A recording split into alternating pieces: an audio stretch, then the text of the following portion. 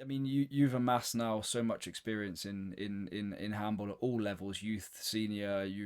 You're pioneering different coaching methods and styles of. Yeah, You've got experiences from so many different countries that have all contributed to your coaching style and philosophy. I've been lucky. S- I'm a Sounds that lucky way. guy. Yeah, I am. Are you? Is this where you saw yourself 20 years ago? No, no, no. Well, actually, don't. No, I. I always liked to be a trainer. I always liked to lead a team. I always liked the feeling of success. I always liked the feeling of the respect that I can give and I can have, and I always liked that. But I remember when I went to Stockholm, I said to myself, if I'm not in the highest league in 3 years, I'll stop. And I was in the highest league for 2 years. And then I said, okay, what now? What am I supposed to do now? I had 3 years, I did it in two.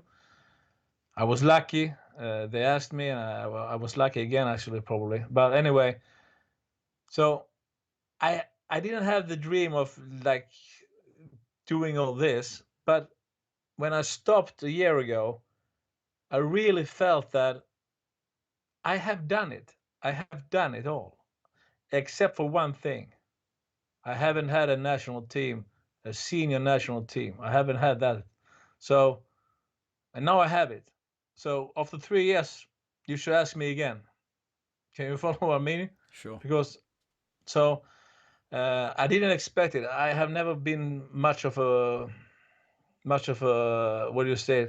Have a structure all the way. In 10 years, I will do this. After 3 years, good. No, You on do you a new don't one. you don't strike me as the sort of guy who has a very strict plan. Um, No, ask my wife. Ask my wife. She would probably say, "You know my husband." She said, "You know my husband." She says, she will say, definitely. yeah, No, I don't have. I don't have. But I always have good assistants who are extremely structured because I need it. I did this an interesting point. I did an interview yesterday with Rasmus Venbeck, who's the assistant coach in Sønderjyske.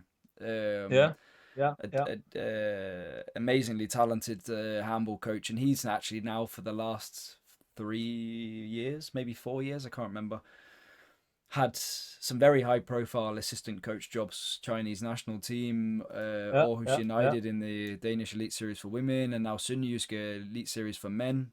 yeah, And I sort of quizzed him about being the assistant coach and the sort of differences in types of roles between the head coach and assistant coach. And he did mention that there needs to be a balance between structure and creativity.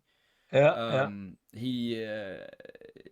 He was working with a few different types of head coach, and some of which were highly structured, and some of which were not as highly structured. Yeah, And he found that one of his key roles was to make sure that he was the other guy, yeah. in order to always That's a good find point. yin and yang.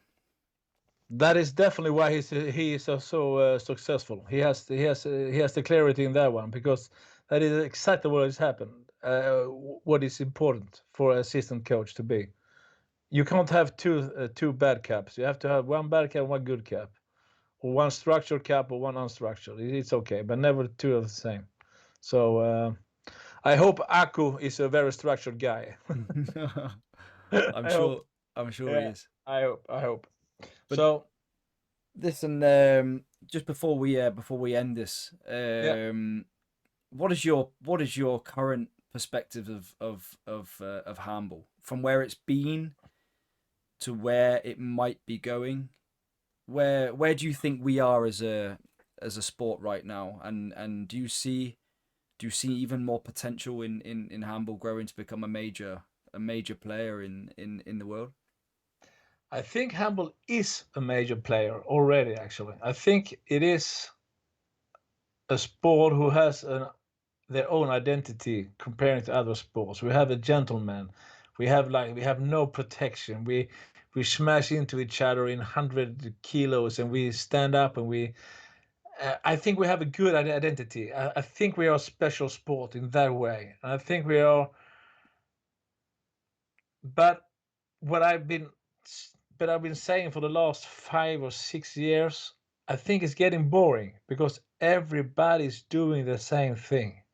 Everybody's playing Rungang, everybody's playing Court Fransk, everybody's playing 7-6 when they are needed, which is, I hope they really take it away. Anyway, that's another discussion. But Yeah. I think so. The last 6 years, I haven't played one, not even one Rungang with my teams, just in protest, like in the 70s, just to protest. I don't play Rungang. I play the Court Franc because Why don't you I play think it? Rungang. Do you think it's just unnecessary movement from the Yeah, pivot, it's or a total unnecessary movement. It's no different between a Rungang or a Court France. It's the same play. It's the which same I start. assume is Fransk and Yuge in Norwegian?